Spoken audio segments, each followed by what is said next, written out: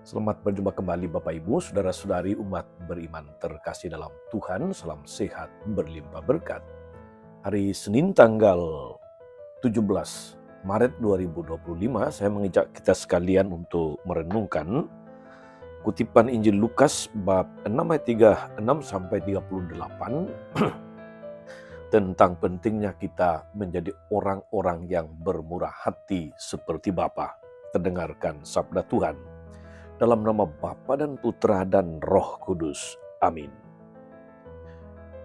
Yesus berkata kepada murid-muridnya, "Hendaklah kamu murah hati, sebagaimana Bapamu adalah murah hati. Janganlah kamu menghakimi, maka kamu pun tidak akan dihakimi. Dan janganlah kamu menghukum, maka kamu pun tidak akan dihukum. Ampunilah dan kamu akan diampuni. Berilah dan kamu akan diberi." Suatu takaran yang baik dan dipadatkan, yang diguncang dan yang tumpah keluar, akan dicurahkan ke dalam ribaanmu. Sebab ukuran yang kamu pakai untuk mengukur akan diukurkan kepadamu.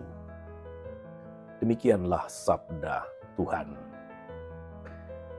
Bapak Ibu Saudara-saudari umat beriman terkasih dalam Tuhan.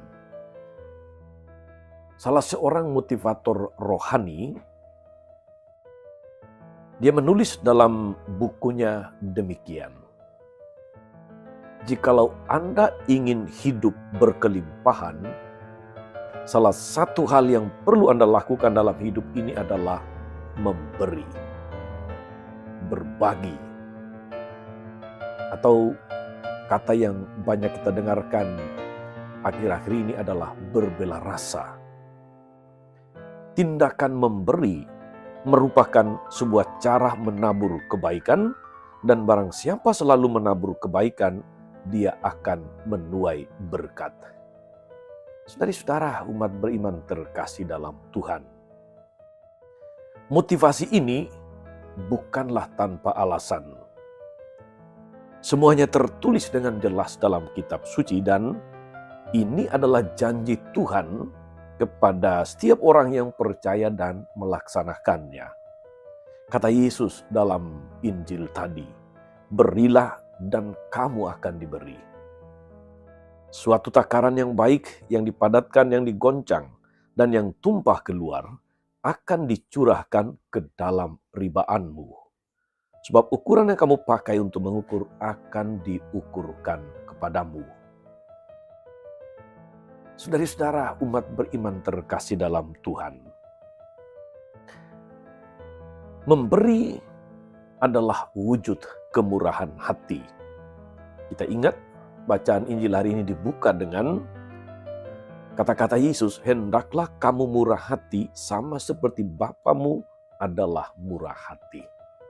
Jadi ajak untuk murah hati seperti Bapa, dan memberi adalah wujud kemurahan hati itu. Memberi itu lahir dari iman, harapan, dan kasih. Setiap orang yang percaya akan kemurahan Allah, dia juga percaya, dia juga berharap bahwa Allah memelihara hidupnya. Ketika pengharapan itu terpenuhi, dia yakin Allah mengasihinya. Dan pengalaman kasih itulah yang kemudian mendorong seseorang untuk berbagi kasih kepada sesama melalui tindakan memberi. Memberi itu penting sebab ada begitu banyak orang yang membutuhkan pertolongan kita. Saudara-saudara umat beriman terkasih dalam Tuhan, kita diajak untuk murah hati seperti Bapa. Menghakimi pasti bukanlah wujud kemurahan hati. Menghukum pasti bukan wujud kemurahan hati. Susah untuk memaafkan pasti bukan wujud dari kemurahan hati. Sebab kalau seperti itu yang terjadi, yang justru nampak dalam hidup, dalam perilaku kita adalah egoisme pribadi. Memberi selalu berarti bahwa kita berani mengalahkan diri sendiri. dalam arti tertentu menyangkal diri. Ada satu contoh sangat bagus saudara-saudari yang ditunjukkan oleh almarhum Paus Yohanes Paulus II atau Santo Yohanes Paulus II. Pada suatu kesempatan Yohanes Paulus II